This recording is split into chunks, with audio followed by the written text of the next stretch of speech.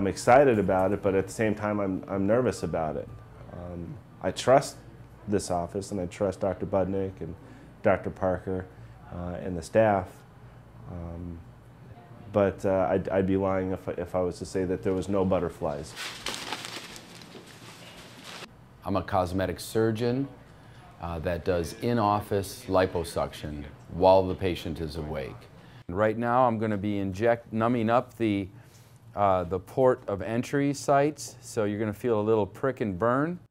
And this procedure has come a long way over the last 20 years, where now we're doing it in the office, which makes it actually safer. How was that? Was that too bad? No.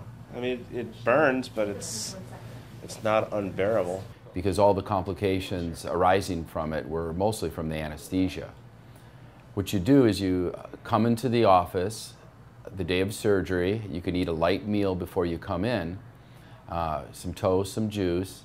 You come into the office, we give you 2 pain pills and generally a Valium, Ativan, or Xanax to offset your anxiety a little bit about the procedure and the excitement of having it done.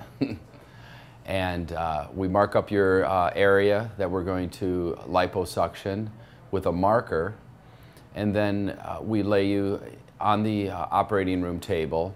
We temess your area that we're going to suck the fat out of. Not too bad though, is it, Drew? No. A liter of normal saline with some lidocaine to help numb the area. We also put some adrenaline in for vasoconstriction, so it offsets the bleeding. And we fill up the area with this solution. And that, the procedure of numbing it up is relatively painless because we put sodium bicarbonate in the solution.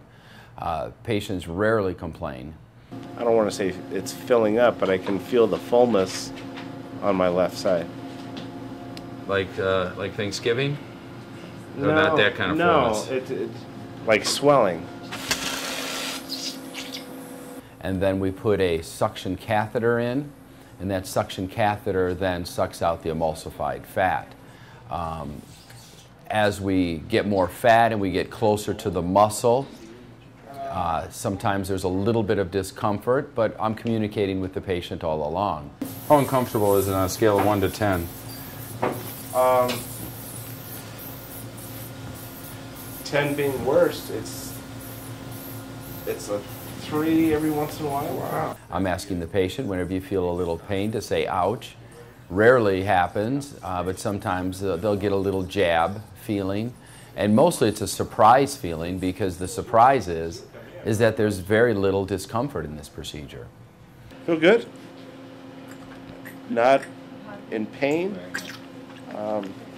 Actually kind of bored. I don't know where to look. I don't know what to do.